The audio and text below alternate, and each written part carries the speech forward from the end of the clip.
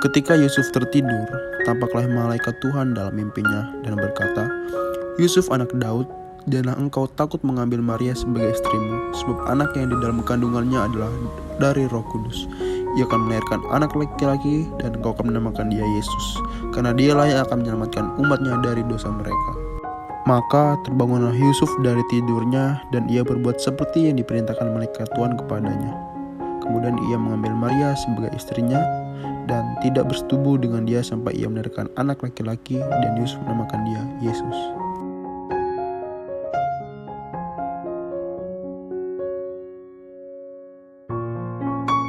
Sesudah Yesus dilahirkan di Betlehem di tanah Yudea, datanglah orang-orang Majus dari timur ke Yerusalem dan bertanya-tanya, "Di manakah dia, raja orang Yahudi yang baru dilahirkan itu?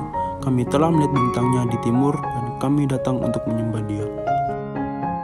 Ketika mereka melihat bintang itu, sangat bersukacitalah mereka. Maka masuklah mereka ke dalam rumah itu dan melihat anak itu bersama dengan Maria ibunya, lalu sujud menyembah dia.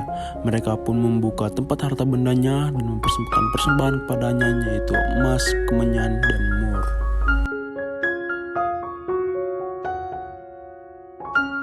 Karena telah diperingati dalam mimpi supaya jangan kembali kepada Herodes, maka pulanglah mereka ke negerinya melalui jalan lain.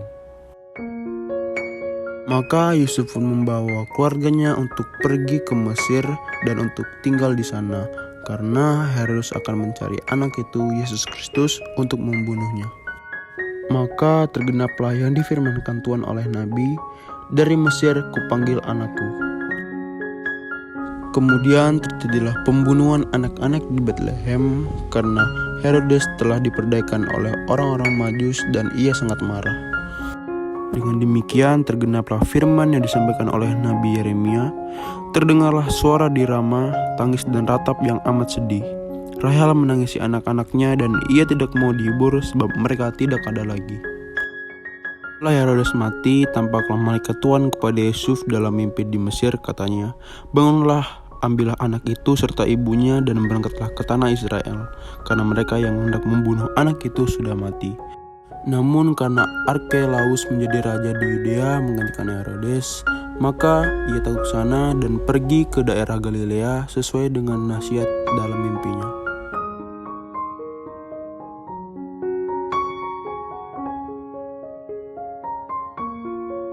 Maka datanglah Yesus dari Galilea ke Yordan kepada Yohanes untuk dibaptis, dan Yohanes pun menurutinya.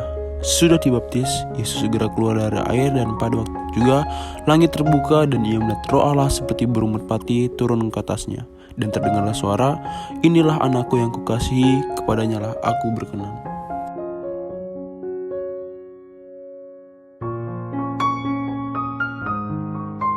Setelah berpuasa 40 hari dan 40 malam, akhirnya laparlah Yesus. Lalu datanglah si pencoba itu dan berkata kepadanya, "Jika engkau anak Allah, perintahkanlah supaya batu-batu ini menjadi roti."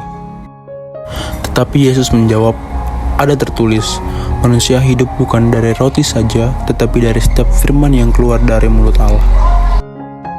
Lalu iblis membawanya ke kota suci dan menempatkan dia di bubungan bait Allah, lalu berkata kepadanya, "Jika engkau anak Allah, jatuhkanlah dirimu ke bawah, sebab ada tulis mengenai engkau, ia akan memerintahkan malaikat-malaikatnya dan mereka akan menantang engkau di atas tangannya, supaya kakimu jangan terantuk kepada batu." Namun Yesus berkata kepadanya, "Ada pula tertulis, janganlah engkau mencobai Tuhan Allahmu."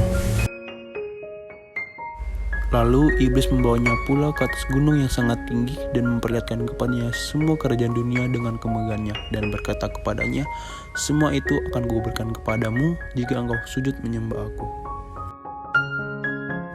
Maka berkatalah Yesus kepadanya, "Enyahlah iblis, sebab ada tertulis, engkau harus menyembah Tuhan Allahmu dan hanya kepada dia sajalah engkau berbakti." Lalu iblis meninggalkan dia, dan lihatlah malaikat-malaikat datang melayani Yesus.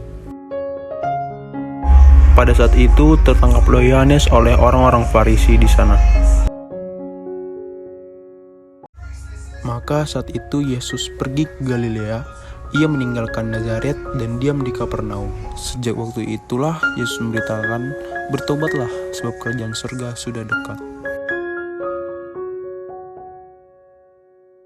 Setelah itu, Tuhan melihat dua orang bersaudara, yaitu Petrus dan Andreas. Kemudian ia berkata, "Mari, ikutlah aku dan kamu akan kujadikan penjala manusia."